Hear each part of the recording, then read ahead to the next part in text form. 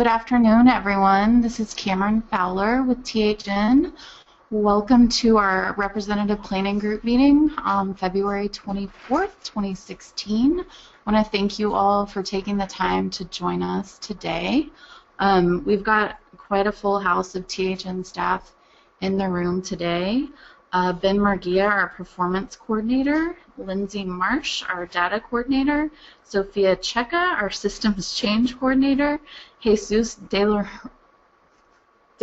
Serratos, apologies, Jesus, our HMIS Manager, Mary Dodson, our COC Manager, and Craig Fierro, our Program Assistant, and Caitlin Bear, our COC Program Coordinator.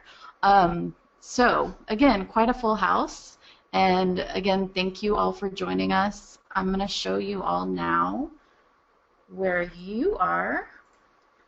Again, this month we've got good representation from around the balance of state. We appreciate you joining us, and we hope to see participation increase as we continue with these meetings. We're going to start off the meeting today with some new continuum of care policies that were approved by our board at our last meeting, and Mary Dodson is going to review those with you all. Good afternoon, everyone. As Cameron said, our COC board recently adopted two policies that we want to share with you in our growing policy and procedure. These are the latest. One of them has to do with HUD monitoring visits of COC program-funded projects.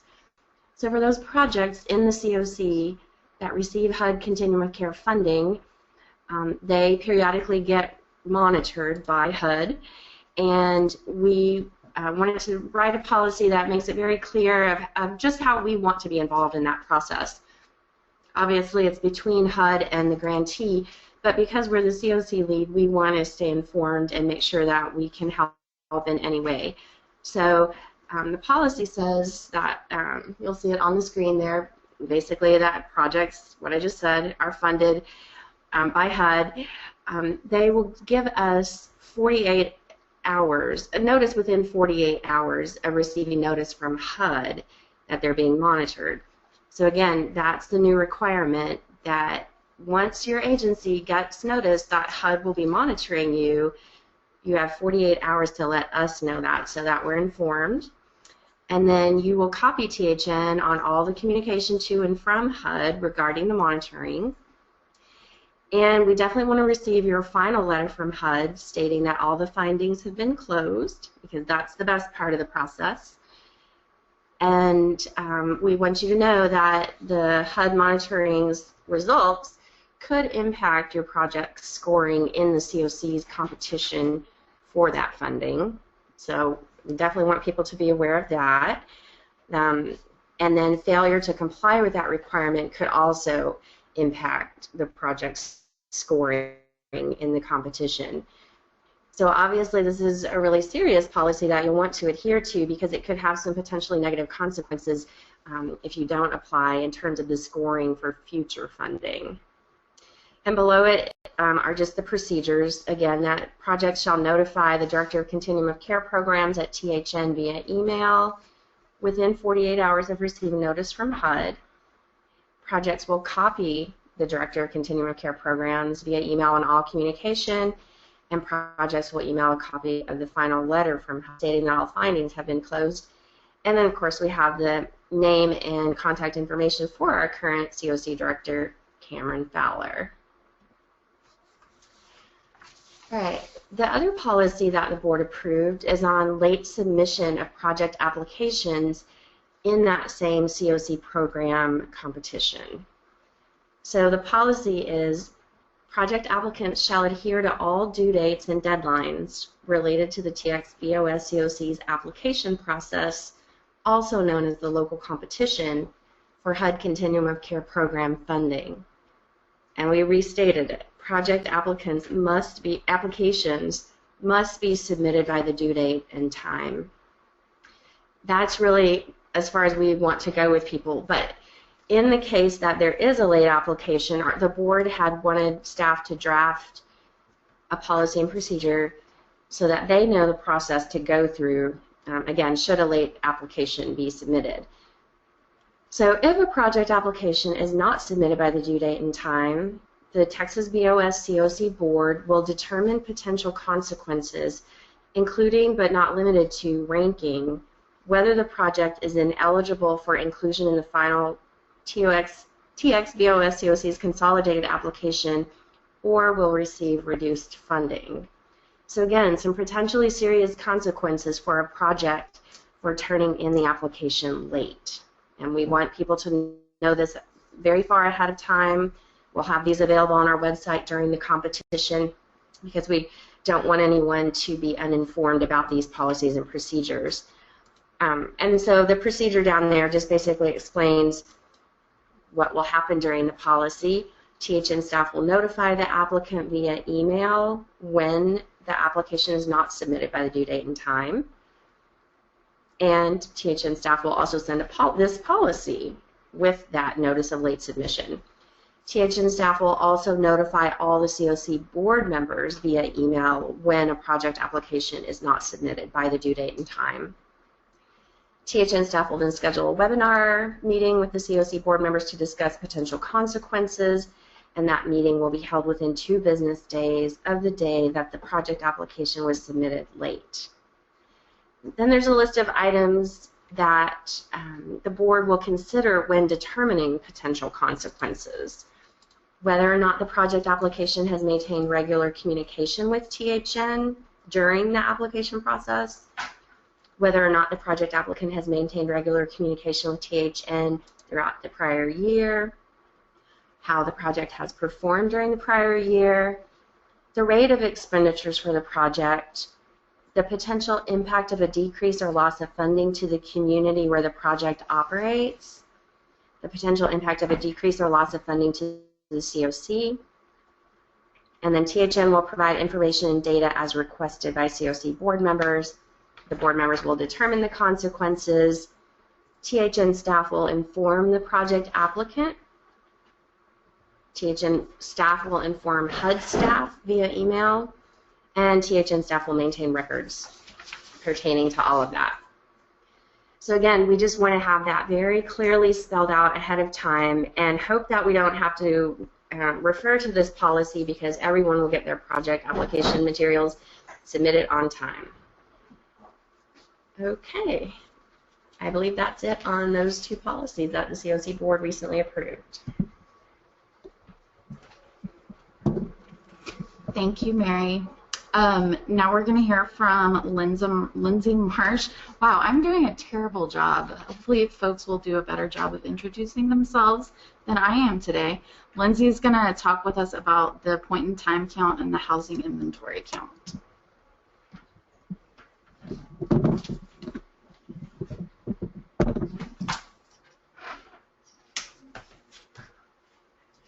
Oh, sorry. Hi. Okay. So this is, you can hear me? Okay. Okay.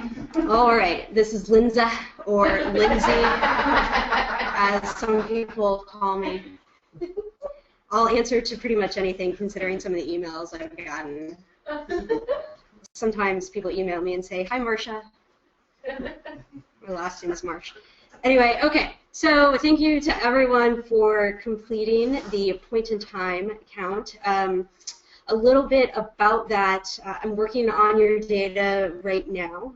Please be patient with me because I'm compiling data for over 25 coalitions and communities, and we do have some priority communities. Those are the places that participated in the youth count, and then the coordinated entry pilot communities. So those folks are going to get their data first, and then I will get to everyone else, I promise.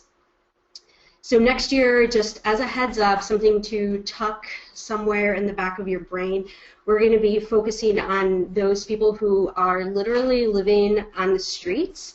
And for everyone else, we're going to really rely on our HMIS data, and this is something that other COCs around the country have been doing for years, and it's something that we really need to start doing. So be prepared. I know you're very excited. one more thing, or actually two more things about the point in time. It's really important, and I know this is kind of done for now since most of the surveys are in, but it's really important to actually complete the full survey. There are certain questions on the survey that allow me to calculate an annual homeless estimate for your coalition, and when I don't have the data, I can't give you a good estimate. So when you turn in 200 surveys and only 50 or 75 of those surveys actually have a couple of those questions answered, your homeless estimate is not going to be accurate. And when people call to get an estimate, this is the number that I give, and it's going to be wrong. It's not even going to be close. And also, if you know coalitions or communities who don't participate in the point in time, please let us know, or if you're one of them, let us know, because if you don't participate, we can't give you any accurate data. And so when we have folks who call and say, oh, I'm writing a grant, it's due on this day, and I need to know our point in time numbers, it's really bad when I say, well, you know, this community didn't participate last year, or they haven't participated in 3 years, and we just have to kind of rely on looking at the population of the city and then using some multipliers, and it gets really hairy, and it's not good, and overall it's just not an accurate representation. So please participate in the point in time count. Moving on to HIC, really appreciate everyone who turned in their surveys on time. It was a huge help to not only me, but the staff members that I had to pull off of other projects. So thank you to those folks who got that in on time. And just to let you know, the completion of the housing inventory allows us to apply for more funding. And when we have shelters who don't participate in the housing inventory, or in some cases refuse to give us a bed count, we cannot include those beds in the balance of state housing inventory. So that's where we are. I assume at some point we'll throw up email addresses, so if anyone has any concerns or questions, please send me an email. I'm done. Thanks, Marcia. Thanks, Marcia. We really appreciate that. So we're going to talk a little bit now about our NOFA review webinar we had with grantees, and Ben Murguia is going to discuss that with you all. Thanks, Cameron. Hi, everybody. I'm Ben Murguia. I am the performance coordinator here at THN. So as most of y'all probably are aware, on Tuesday, February 9th, we had a NOFA review webinar where Mary, Cameron, Caitlin, and I held our NOFA review. I think it was the first one that we have had as a COC lead agency, so that was very exciting. Just real briefly to go over what we talked about. Mary did a pretty thorough overview of the COC application and its components, and she also talked a bit about HUD's policy and program priorities, such as ending veteran homelessness and housing first. Next, Caitlin talked about common project application issues, that just things that we saw as the application were coming in. Specifically pointed out issues with formatting for electronic documents, bed count numbers, some confusion about what target population and housing first meant. And the next section was the section I worked on, which was the scoring analysis. So our grantees all received a scoring analysis, a very colorful Excel spreadsheet with pie charts that sort of explained to them how they scored for each type of question in their application. And over the course of the webinar, they were able to see how their scores compared to the COC scores overall. So that seemed to be pretty helpful for a lot of folks, which we were glad to see. And Cameron brought us home with um, with talking about next steps. We already started some of those with the Provider Connect workshops, but we also talked about how we're going to be working on quarterly monitoring, which is something that we haven't done before. And we're getting a lot of information or good ideas about that, and we're going to be talking more about that with y'all soon. And also improve scoring criteria. So the score sheets that we talked about in the scoring analyses are going to look different next year, and then the scoring analysis will look like something different. So the feedback was really positive for the most part. We got some good questions, and it was a lot of information, so if you have any more questions, feel free to contact me. It's Ben, like the Michael Jackson song, ben@thn.org. And that is about it for me. Back to Cameron. Thanks, Ben. I feel like we're like newscasters. Yeah. So last week we did our first round of Provider Connect workshops with our COC grantees. I was able to go to Denton and Longview with our TA providers from CSH and APT, and really just can't say how great it was to meet our providers in person, to hear more about their projects. Really, you know, I can read and talk to you guys on the phone and speak to you through this microphone and computer, but getting to meet you and put names to faces and hear about your programs, your struggles, your questions, and also hopefully sharing some important information to all of you about, you know, HUD's some new expectations, some old, and clarification was, I hope, as valuable for all of you as it was for us at THN. We got really great feedback on the first round of workshops, and we're looking forward to doing our second round the last week of March in Galveston, Corpus, and Beaumont. Also, I think just provided a lot of great resources for our grantees who were at the workshops, and y'all should have received those this morning. And just want to remind grantees as well that you will be hearing from us very soon about scheduling your individual project reviews. And if you all have any additional feedback on the workshops, I would absolutely love to hear them. So again, really great meeting you all and working with you. Looking forward to our work together in the future. And for those of you I have not met yet, I am really excited to meet you all. We're going to touch base kind of back on a topic we briefly discussed at our last RPG meeting about lowering barriers to programs, and there was a lot of discussion about this at our Provider Connect workshops. So I am going to launch some polls as follow-ups from our last meeting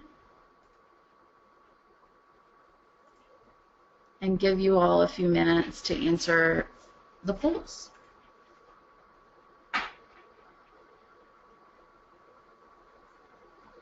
So we've opened the first poll, and it's just asking, has your project been able to take an opportunity to review program eligibility requirements since our last RPG meeting?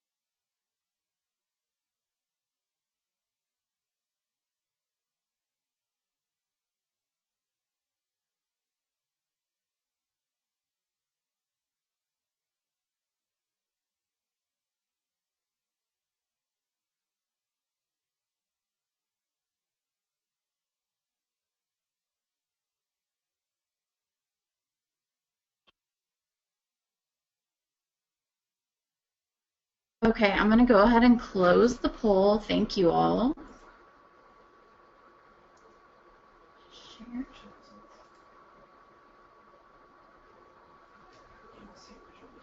Okay, and thank you guys. I'm still new at this and learning what you can and can't see and what I can. So 50% of you who participated in the poll said that yes, you had a chance to review your eligibility requirements, which is fantastic. 5% no, 36% but I plan to, and I like this one. I threw that in. 9% last meeting ? So if you weren't with us, we hope that since you're here now, you'll be joining us in the future. Want to thank you all that took the time to review your eligibility requirements. This is something we're definitely going to be doing individually, again with our grantees, but are more than happy to and would love to work with any projects in the DOS on reducing program barriers, whether you are receiving COC funding or not. And I am going to go ahead and now and launch a second follow-up poll for those of you who said yes. And the question is going to be, did you find requirements or barriers that you were able to remove?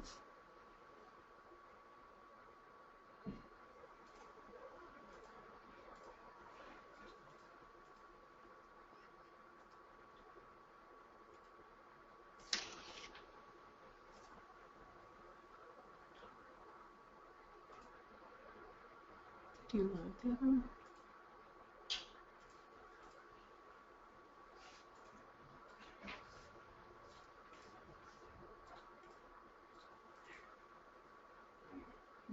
All right, so we're going to give y'all a minute to respond to this poll.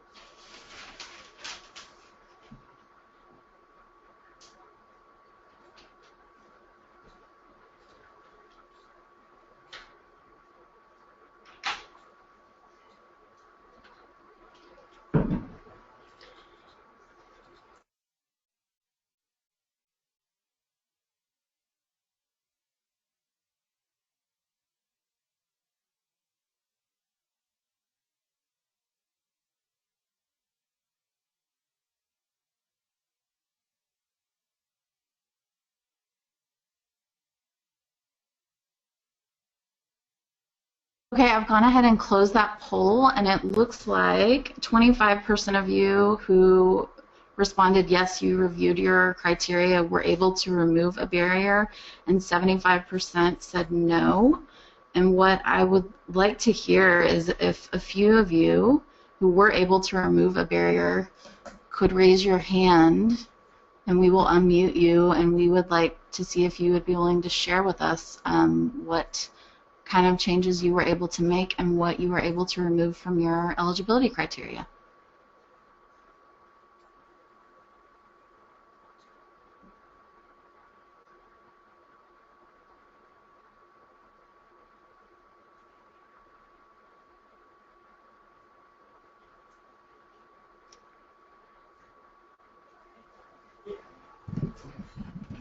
Hi, this is Caitlin. For those of you who are unaware how to raise your hand, we thought maybe there might be a technical issue. You can look on the right-hand bar of your GoToWebinar controls, and right underneath that picture of a microphone or possibly a video camera, depending on how you're getting your audio, there should be a picture of a hand with a little arrow pointing upward inside of it. And if you click that, then that will ping Craig, who's helping us with our tech, to unmute your mic.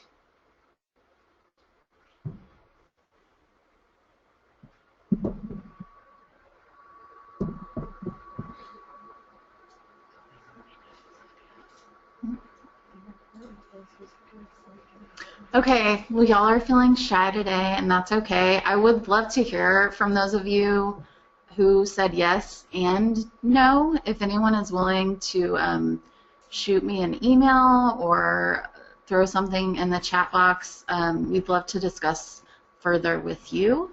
Again, my email is Cameron, Kameron, @thn.org. And Carol has just raised her hand. Carol? Yes, can you hear me? Hello, can you hear me? Hello, Cameron? Hello? Carol? Yes, can you hear? We can. Oh, okay. Yes, we used to do drug screening before we put people in the program, and we no longer do that.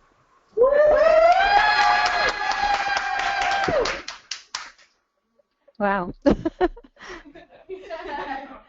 That's funny. Can you tell us a little bit about how you all came to that decision and what this transition is going to be like for your project? Well, we're going to try to work with the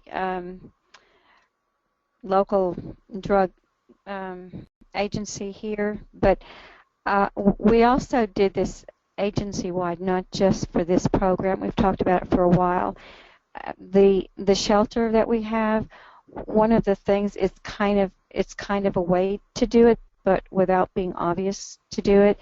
We have a 3-day. Once someone enters a shelter, they have to stay for 3 days, and there's a lot of different reasons for that, but that is, we noticed that kind of weeded out those people that were really addicted to, crack or cocaine, that kind of thing. They needed to get out, and so they didn't stay. So that was an indirect way. A lot of our clients for the HUD program come from the shelter. So that's just was kind of one thing that we noticed. The other thing is we don't drug test at the shelter anymore unless there's a behavioral reason to do so. So we can identify the issue and then we can get help for those people.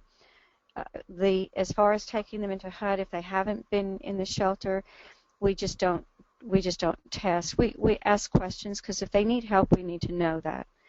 And we deal with that as we go on, pretty much. So that's kind of it. Okay, thank you so much for sharing. So really finding out if there's a need for support or treatment and offering that versus screening someone out from our program. Okay. Thank you. Thank you, Carol.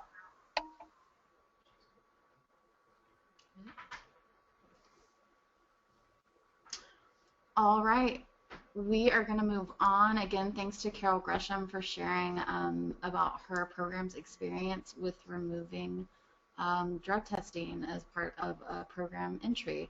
And Jesus is now going to talk to us a little bit about HMIS data quality and completeness.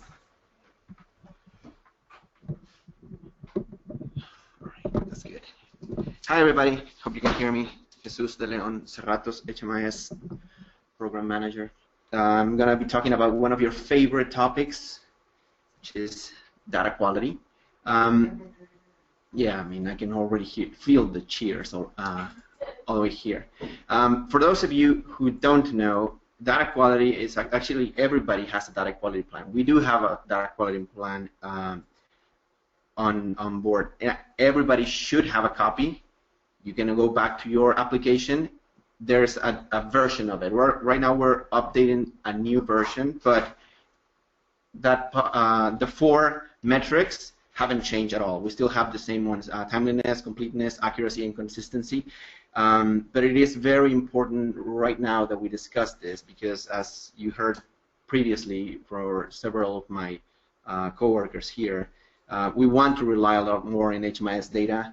And up to this point, it has been really difficult. The data is good, it's not great, but it can be a lot better if we all work together. And again, we're a team, and I keep saying this every time we go and train new agencies. We're here to help you. We're a resource. You can always reach out. And I know a lot of you guys constantly reach out. That's great. But there's a few of you who don't ever call us, but we know that there's issues because when Sophia goes and visits or when Caitlin goes and visits, I mean, they always bring back feedback, which means that there are questions that are not being addressed or that they never reach to us. So I just want to remind you that we are a resource for you, so please get in touch with us. This data quality plan that I keep referring to is It's a plan that defines conditions, assigns responsibilities, and establishes standard procedures to improve quality. Again, this set of responsibilities is shared among you guys and us. We want to help you monitor, but in order to do that, you guys have to reply our emails. Every quarter, we send a UDQ, what we call a UDQ report, which is a Universal Data Quality Report. And I'm not going to lie to you, the responses usually are not great. Just this last time, we sent reviews, UDQs on January. Out of 45 UDQs that we sent, we only got 14 responses. And I'm talking about here people that actually went and did the changes.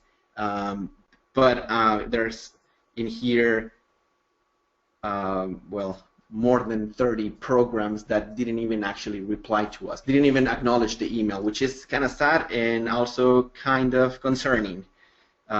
Because then later when the reporting time comes along and your numbers are not looking good, the first thing you're going to do is look to us and be like, what are you guys doing? But we're trying.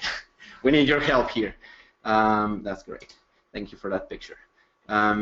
When we receive the UDQ, actually, it's not that complicated. In some cases, this report will point out every information, every missing field that hasn't been completed. Now, I understand that some of these fields might be exit date, for example, and you will be like, well, Jesus, those clients are still in the program. Of course, there's not an exit date. But that's fine. I mean, I'm still gonna send them to you, because in some cases we have found that those clients are already in another city, and they can't enroll because they haven't been exited sometimes. So we have to be a little better about this. Now, if you aren't receiving these Universal Data Quality Reports, please let us know, because it might be that we have an address that is no longer good.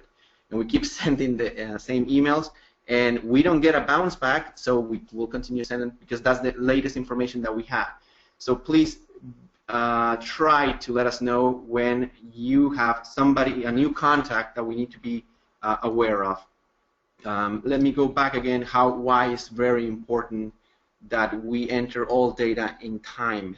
I was telling you, in some cases we receive calls from shelters in McAllen that can enroll a client into a shelter because that client is still open in Laredo. This is just an example. I'm not pointing at any city here, but this has happened, and it happens repeatedly.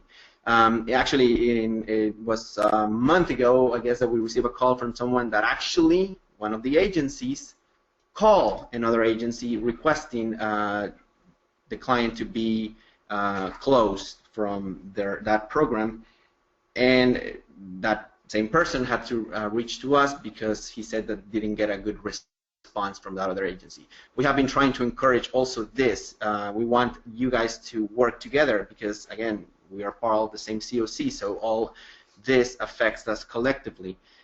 But that's why we insist on how, it is very important to have everything on time. Timely data entry ensures better management. So I understand that in some cases it's difficult, but we try. Once the client doesn't return to your program, if you know that the client has been regular and just stops coming, we're gonna try to exit those clients before we have to reach out or ask another agency to reach out for them. Complete HMIS data is required to fully understand the demographic characteristics and service use of clients in the system. It is also crucial to assist clients in finding the right services, the right projects, and the benefits to end their homelessness experience as quick as possible. So again, we want to make sure that everybody is completing no, I'm saying it wrong. I'm getting now what you had before, Cameron. Sorry. But yeah, we want everybody to collect as much data as possible. Complete data facilitates confident reporting and analysis on the nature and extent of homelessness. So it is very important. We will be monitoring. Again, you will be receiving UDQ next month, I think. And we're going to try to also send some AHARs as well, because we want to make sure that we're not at the end of the year trying to make sure that everything is there. I mean, there's a lot of stuff that we can fix as we go, but again, this is not going to work if we don't get collaboration from you guys. Again, and this not only extend to the UDQs. If you're feeling that someone in your agency needs to be retrained, if you yourself, there's things that still are not clear to you, please give us a call. We will try to retrain you. We will actually make sure that everything that you're doing makes sense to you.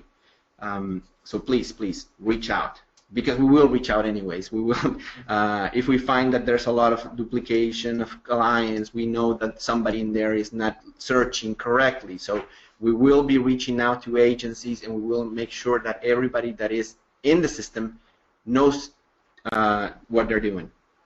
Missing data negatively affects the ability to provide comprehensive care to clients.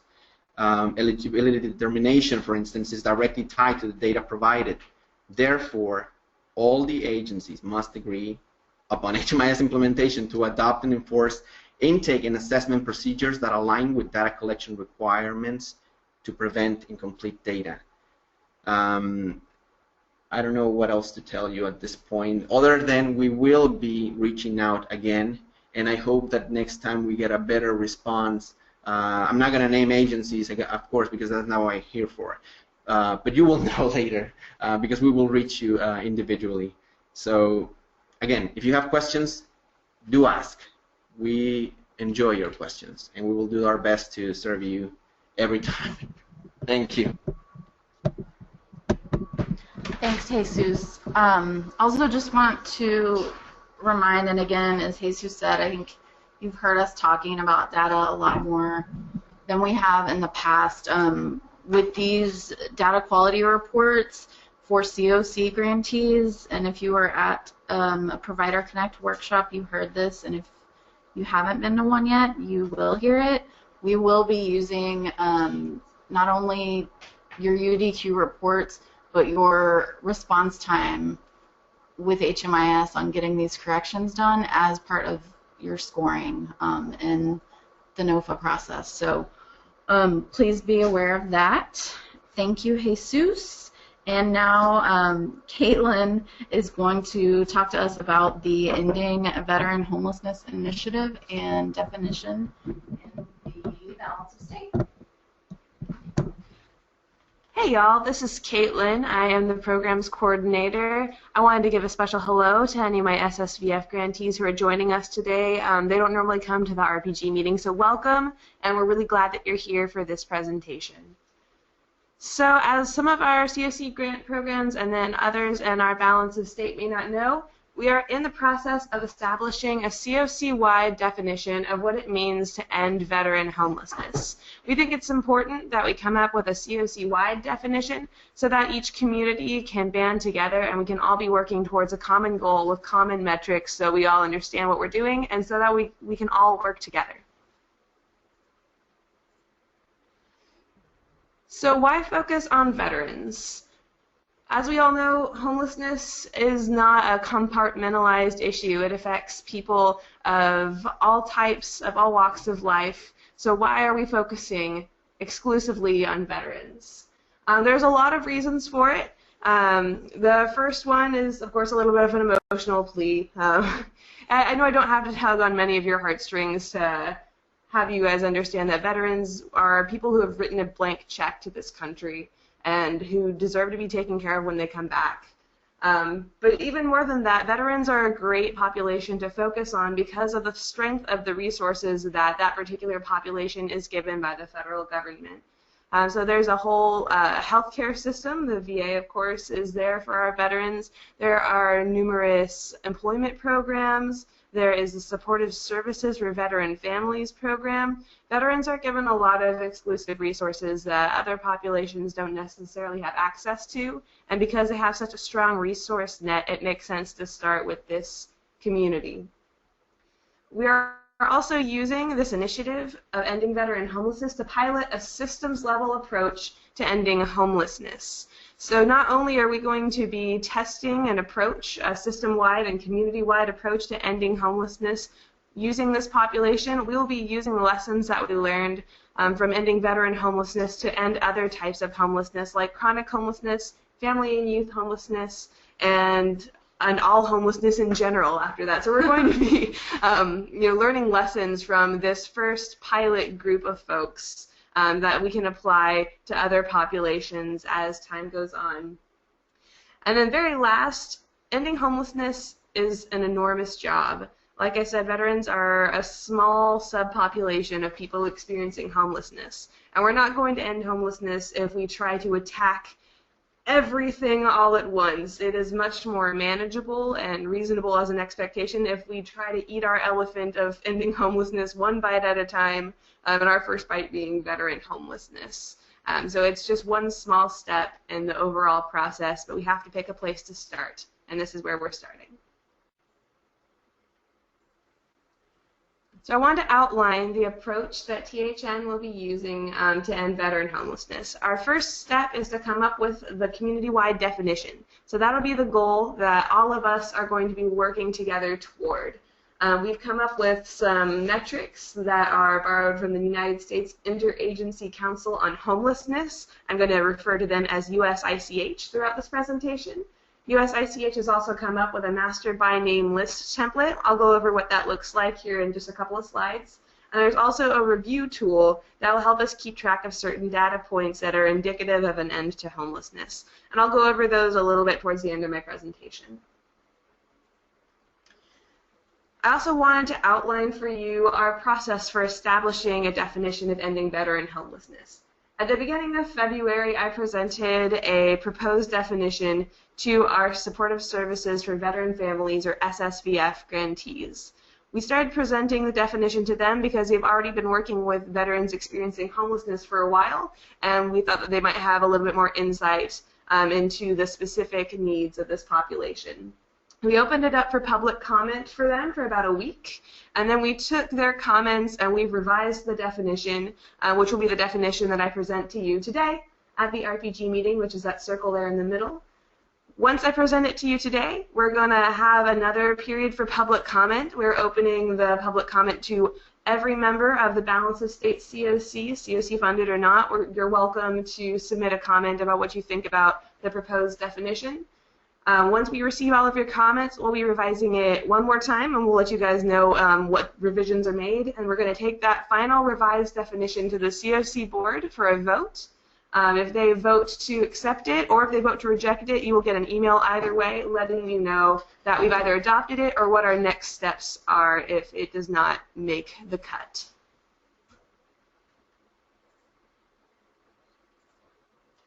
So now I present to you the proposed definition. This is a definition that has taken into account the feedback of our SSVF grantees, and it relies heavily on research that has been done that USICH has done for us, or for the entire nation.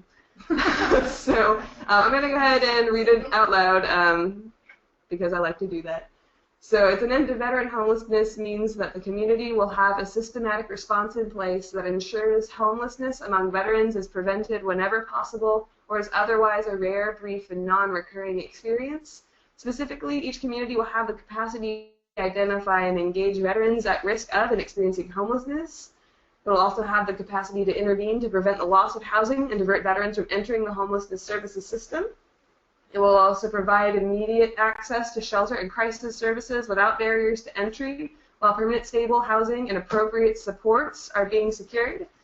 And lastly, the system will have the capacity to, whenever homelessness does occur, quickly connect veterans to housing, assistance, and services tailored to their unique needs and strengths to help them achieve and maintain stable housing when homelessness does occur. And then at the end, we add how we're going to measure whether or not we have a system that has the capacity to do all of the above. We'll be using the USICH criteria and benchmarks.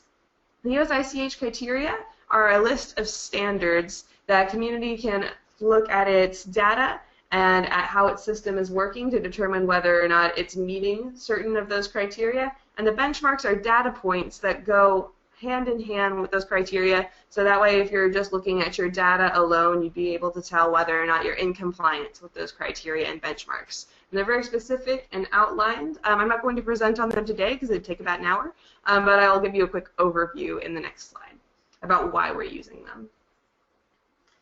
So the reason why we chose the USICH criteria and benchmarks is because they are pre-vetted metrics. The United States Interagency Council on Homelessness took this issue to the federal partners, and by that I mean USICH representatives, the VA, and HUD, all got together and tried to come up with a way to look at data to figure out what data points are indicative of a systematic end to veteran homelessness. The ones that made it to the benchmarks and criteria are the ones that have been heavily researched and have been shown with evidence to be indicative of an end to homelessness. And that's better research than probably me or Sophia or anyone at this office could probably do. So we feel pretty comfortable in relying on that. There's also a wealth of support online on HUD's website, on the National Alliance to End Homelessness website, about how to use these. So they're easy to use. There's a lot of support for those who choose to use them. Our TA providers are very familiar with them. So there's going to be a lot of support out there for us as we're adopting this. It also has good synergy with the master list template, which I'll show you. Using a master list is one of the ways to approach ending veteran homelessness. So the first criteria for USICH is that we've identified by name all veterans who are experiencing homelessness. The way that we're going to track that, especially because we want to include those agencies that don't use HMIS, is to have one central person that holds, or organization, not just a person, that will hold a master list. So anyone that identifies a veteran can call into this agency or call this person and have a name of that veteran added to the master list, so that way we know where they are, we know where they were last seen, who they last had contact with, and we can identify them, help them make a housing plan, and get them into services as quickly as possible. And then lastly, there is a federal recognition process for those communities who choose to use the USICH criteria and benchmarks. You can be federally recognized as a community that has ended veteran homelessness, just like New Orleans, Lancaster County, Pennsylvania, Houston, Texas. It's been done before, and we want to be in Connecticut, the whole state of Connecticut, yeah. So we can be one of those communities. The Balanced State of Texas could be one of those communities, and we want to be ready to apply for that for those communities that choose to do so. We may not ever apply as an entire Balanced State, but individual communities are welcome to go through the application process. So if the city of Lubbock decides that it wants to establish an end to veteran homelessness, if they use this USICH criteria and benchmarks, that process will be significantly easier for them.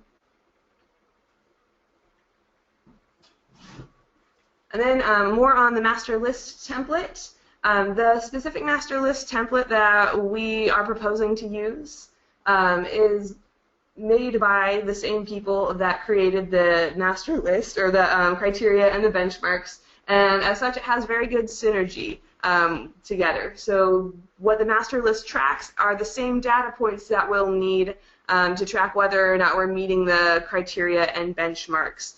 So they work very well together. Something I really like about the master list template that USICH put out is that they have an Excel sheet where you can click a button and it will automatically calculate all of the criteria and benchmarks for you. And so it really takes a lot of work out of the process, as long as your data entry is good, about whether or not you're reaching those benchmarks and criteria. And then lastly, it is a good indicator of whether or not you're ready to apply for federal recognition, if that's something your community chooses to pursue.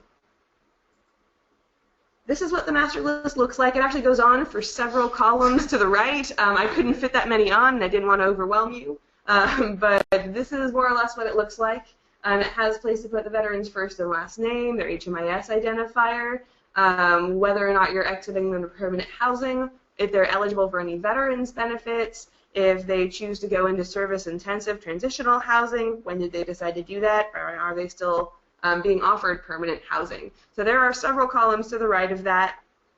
If your community does choose to adopt this, I would recommend that you email me, because there are certain little tricks that you can know about it that'll make your use of this list significantly easier.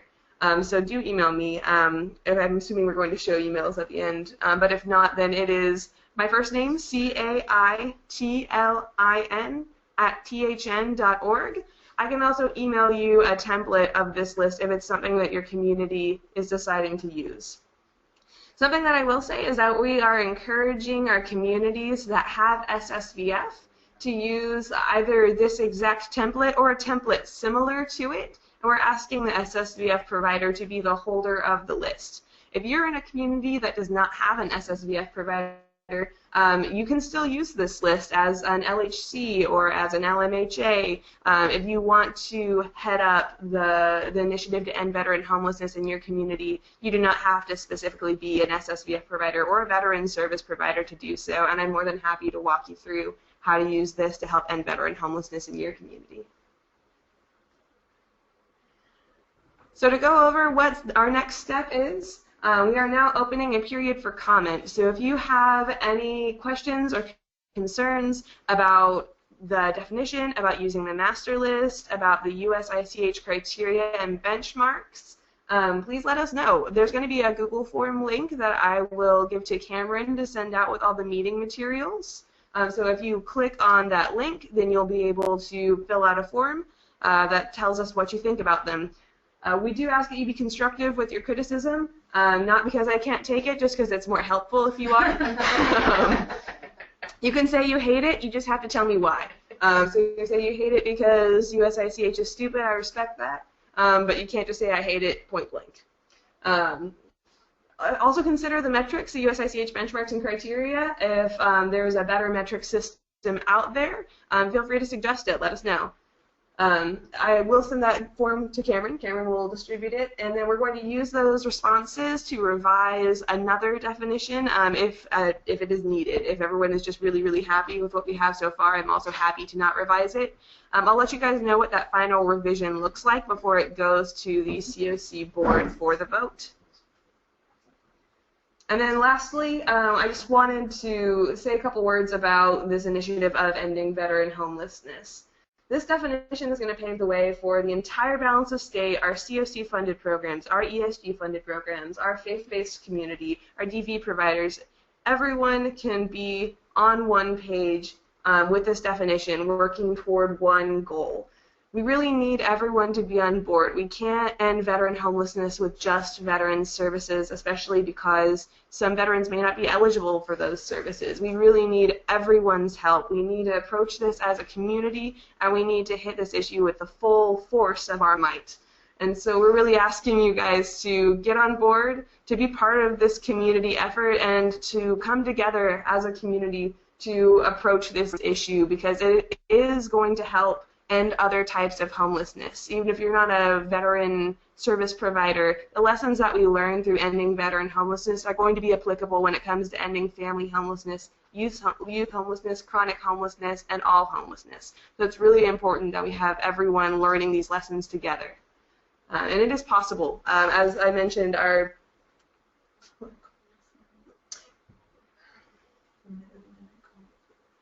Can you say it? Yes, tell me things. Sorry, I just so this morning we were on a call with the Mid-Atlantic region, and they were talking about kind of the key ingredients necessary to end veteran homelessness, and they profiled two communities, one of them being Lancaster County in Pennsylvania. And at the end, when they were doing Q&A, the woman or the consultant asked, do you plan on using these techniques that you use to end veteran homelessness to end chronic homelessness, family homelessness? And it was a resounding absolutely yes. So I just wanted to mention, I was trying to get Caitlin to do it. And I was very confused. But you know, it is going to be applicable tools for everyone. The lessons that we're learning through ending veteran homelessness are going to be applicable for all types of homelessness in the end. And so rather than having to learn these lessons over and over and over again, let's learn them together the first time so we can be as effective as we can be.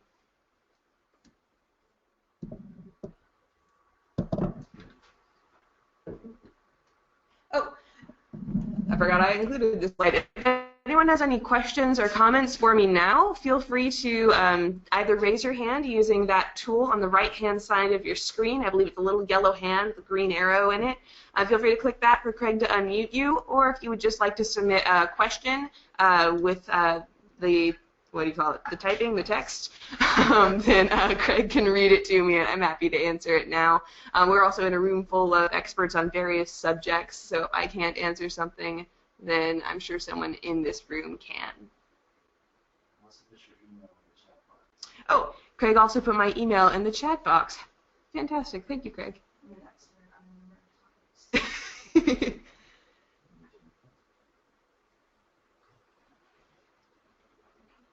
All right. Well, you all have my email. If you come up with questions afterwards, I'm going to go ahead and pass the mic back to Cameron. Thank you, Caitlin. Now, Sophia Cheka, our Systems Change Coordinator, is going to talk to you about systems change. And some of our staff here had an opportunity to listen to a webinar on transforming homeless services in Pierce County, which was focused on transitional programs reallocating to rapid rehousing. It was focused on overall systems change, but focusing, I think, predominantly on reallocation of transitional housing to rapid rehousing. And I wanted to talk about it because I thought it was an excellent presentation that clearly illustrates where we're trying to go as a continuum of care, and it also shows that it is possible. It just takes a lot of work. So kind of, I am the data nerd, I'm the systems change nerd, kind of appropriate because of my job title and what I do here. And I think throughout the whole entire presentation, all of us were like, wow, that's awesome, that's great. So it was really, I thought it was an excellent presentation. And the thing that I want to touch on most is the continuum of care really focused on changes to the housing crisis response system that would create a system that respects the resilience of people experiencing homelessness, uses resources efficiently and effectively, quickly responds to housing, the crisis of homelessness, embraces housing first, is transparent among all the providers and also with clients, as well as respects clients, utilizes diversion, which is a prevention technique whenever possible, collaborates with other systems because, as they said, the housing crisis response system can't fix this problem alone. It's important to involve other criminal justice, healthcare, education, I mean, we could list a ton. Is accountable to funders, to clients, to other programs, and I mean, they're all really important, but is also data-driven.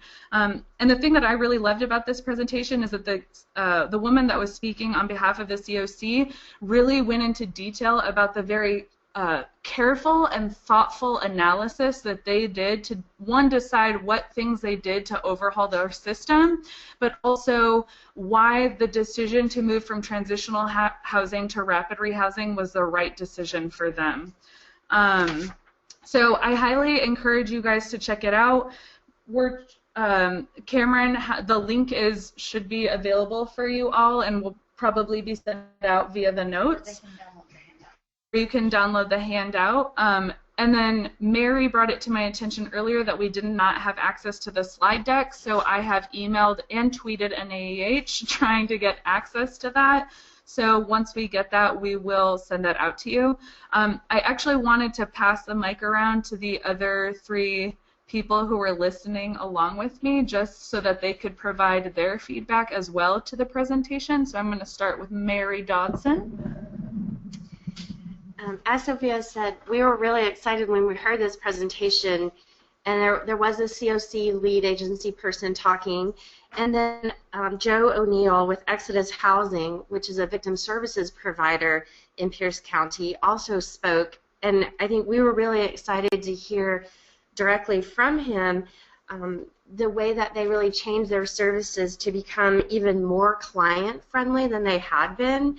So a couple of examples that he gave were they removed a lot of requirements and language from their entry paperwork, including some that, after looking at it, they really thought sounded pretty controlling, and some of the practices that they had in their their transitional housing sounded pretty controlling when they were reviewing it from that perspective, and that is exactly the opposite of what they wanted to be doing with their clients. And also, they really tried to customize the case management communication plan between the case manager and the clients, and he talked really movingly about how they're incorporating texts and FaceTime and emails in addition to more traditional home visits. So I got that perspective very much from the webinar. I think if nothing else, you might want to hear him talk about that part. Also, just want to make clear one thing that we find from a lot of people is that they think rapid rehousing means only just sort of throwing people into housing as quickly as possible, and that's the end of the story. But that's really only the beginning of the story, and it's housing plus support services for as long as that person needs it. And so I think he did a really great job of talking about that. And specifically, one of the advantages to their clients that they've seen is that because the program is now classified as rapid rehousing, that's permanent housing. So during the time that the clients are in the program, they're building up their rental history, their good rental history. They're learning how to work with their landlord, and they have the support from the agency, but it's not the agency that has the lease. It's the client that has the lease. And so there were some really good points about that. And then overall, from their program perspective, they were surprised, but again, research keeps showing this, that they were able to use the same amount of funding to serve many more people, and those people had the same or even better outcomes than when they were running their program as transitional housing. And I think that's one of the things, that, again, that we keep hearing over and over about rapid rehousing.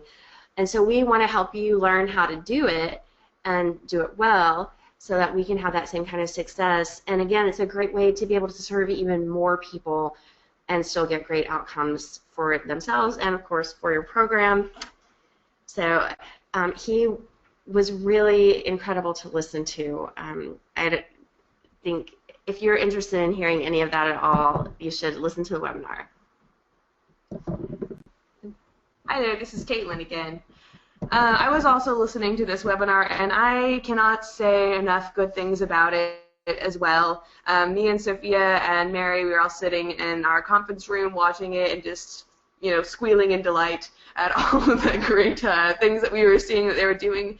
Mary has covered a lot of my favorite points already, so I kind of feel a little bad here reiterating what she said, but I thought one of the most interesting things at the beginning of the webinar is how they came to the realization that something had to change, how they used their data and hearing what their clients were saying and looking at their outcomes to say, we can do better than this, and we're going to challenge ourselves to do better than this.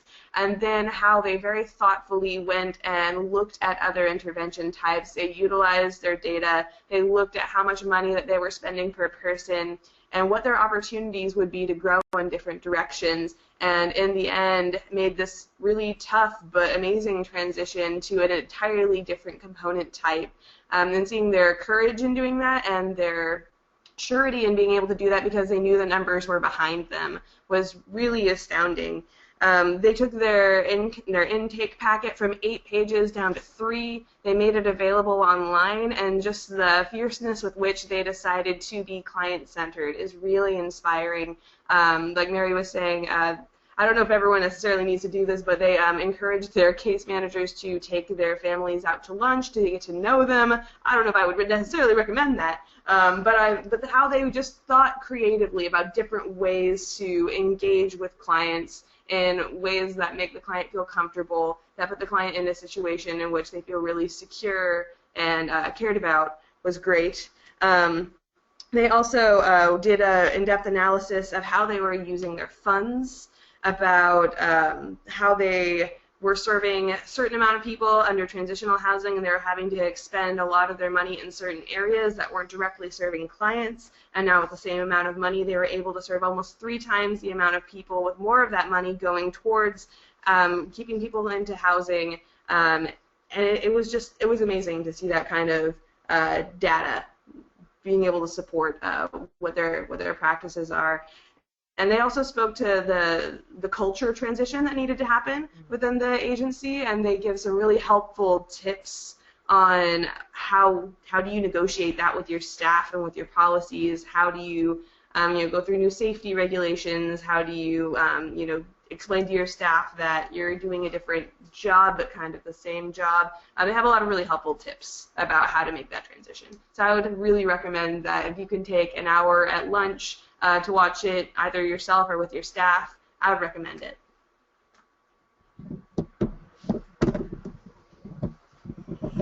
Thank you, Sophia, Mary, and Caitlin. I think you all are seeing a theme here in our meetings about systems change, really using your data to drive your services. Also, we know a lot of all of our COC funding comes from HUD, and this is also the direction that they're heading. I would love for us in a year or two to be doing a webinar about some of our programs and their retooling. So just, again, encourage you all to really take a look at not only, the barriers to your program, those of you who haven't examined your eligibility criteria yet, to do that. Again, to those who have, we want to hear from you.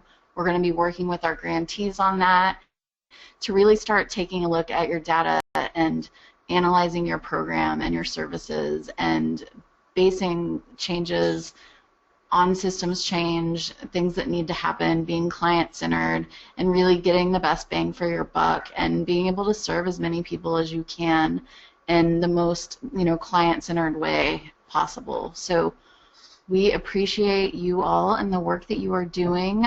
This handout also includes some other useful resources, and we didn't want to give you a separate handout for 2 links. So in a moment, Mary is going to also give you an update on the ESG NOFA that was released on February 18th. But again, you can download this handout using the GoToWebinar, and we'll also send it out or post it on our website. So thank you all for joining us. Mary's going to share about ESG, and then we'll see if anyone has any questions. All right, as Cameron said, the Texas Department of Housing and Community Affairs, or TDHCA, they're the state housing agency, and they are what's called the recipient for Emergency Solutions Grant funding from HUD.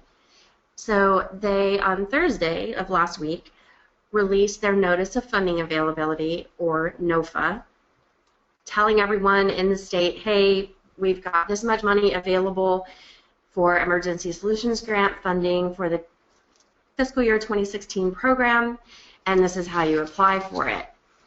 So we've already read the NOFA and the application guidelines and the other materials that TDHCA has supplied for us. They held a webinar this morning that we watched, and so we are getting all our ducks in a row so that we can help you in the application process, because there's one specific piece that you need to work very closely with us on.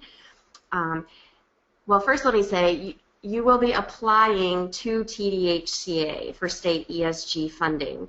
Some other COCs in Texas are holding their own competition just for their COC, but we are not doing that. We're way too big right now, and we're focused on other things, so we are still having our folks apply to TDHCA. So that's probably the most important thing you need to know. You will apply to TDHCA for state ESG funding.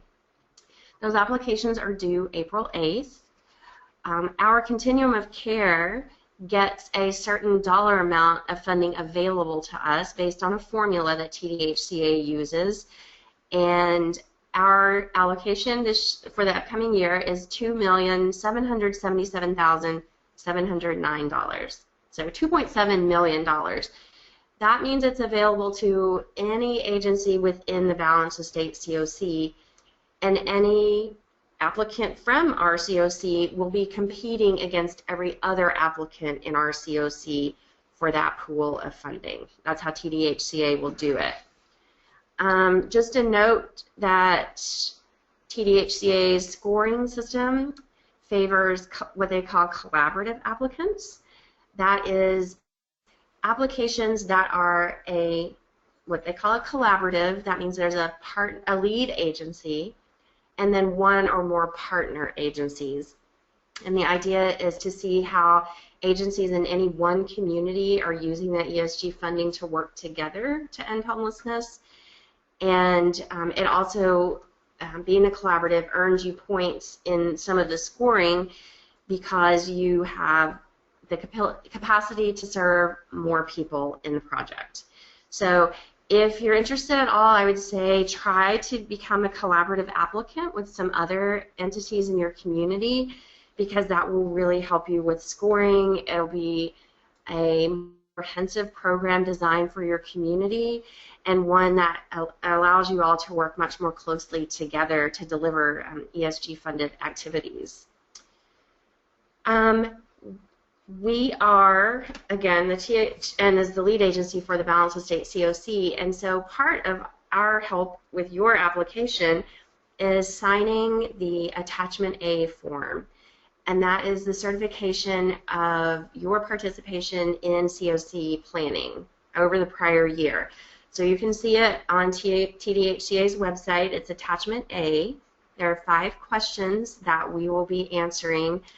They range from how many COC meetings has the applicant participated in over the past year, is the applicant participating in coordinated entry, several others that help TDHCA know how the applicant has been participating in the COC. So we are right now writing our process to help you know how to request an Attachment A from us, and we hope to have that out very soon. We have a little bit of time because the applications aren't due until April 8th, and so we will be posting more information on our website. Right now, the only thing that we have is a little notice about what I just said and some links to TDHCA's materials on their website. And also, hopefully, most of you, if not all of you, got the email that we sent out about this same information. If you didn't get it, it might mean you're not on our COC email list, and we would love for you to be. So if you want to be on our COC email list, you can contact me, Mary, M-A-R-Y, @thn.org. And if you have any ESG questions, we are not going to be providing technical assistance to applicants in terms of filling out your application or helping with your program design or anything like that. We're really going to be limiting our involvement to completing your Attachment A or pretty general questions that, you know, whose answers we could also get from TDHCA's website if you're having a little trouble navigating through something. So please be aware that we will be able to help you to some extent, but this is not going to be the level of technical assistance that maybe we would provide to COC program-funded applicants for COC program funds. So stay tuned for more information on state ESG and how to request your Attachment A form from us. Thanks. Thank you, Mary. Does anyone have any questions before we wrap up for the day?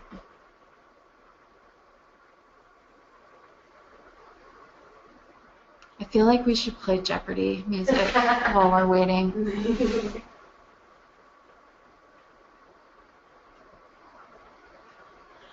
Just to remind you all, our next meeting is March 23rd, our full membership meeting from 2 to 4. Same time, same place.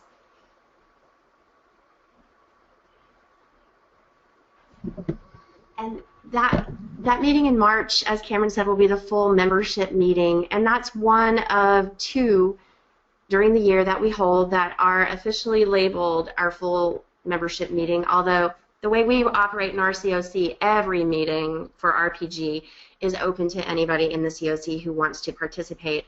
But HUD requires that COCs have at least 2 per year that are designated as full membership meetings, where they try to invite as many people as possible in the continuum of care to come and learn about COC planning, COC operations, everything that we do.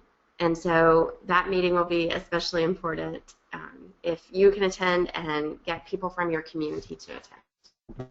We have a question question from John Cooper. Would you like me to read it? I see it. So the question is about the TDHCA information that was shared. This is not, you would know if you'd applied for it, you'd be receiving or had previously attempted to receive Emergency Solutions Grant funding. So if you're a current recipient of the funds, you would know, and again, this is not COC funding, it's ESG funding through TDHCA, and the links on the bottom of the sheet that we're showing you now that are also in the handouts are where you can go to find more information on the TDHCA ESG NOFA.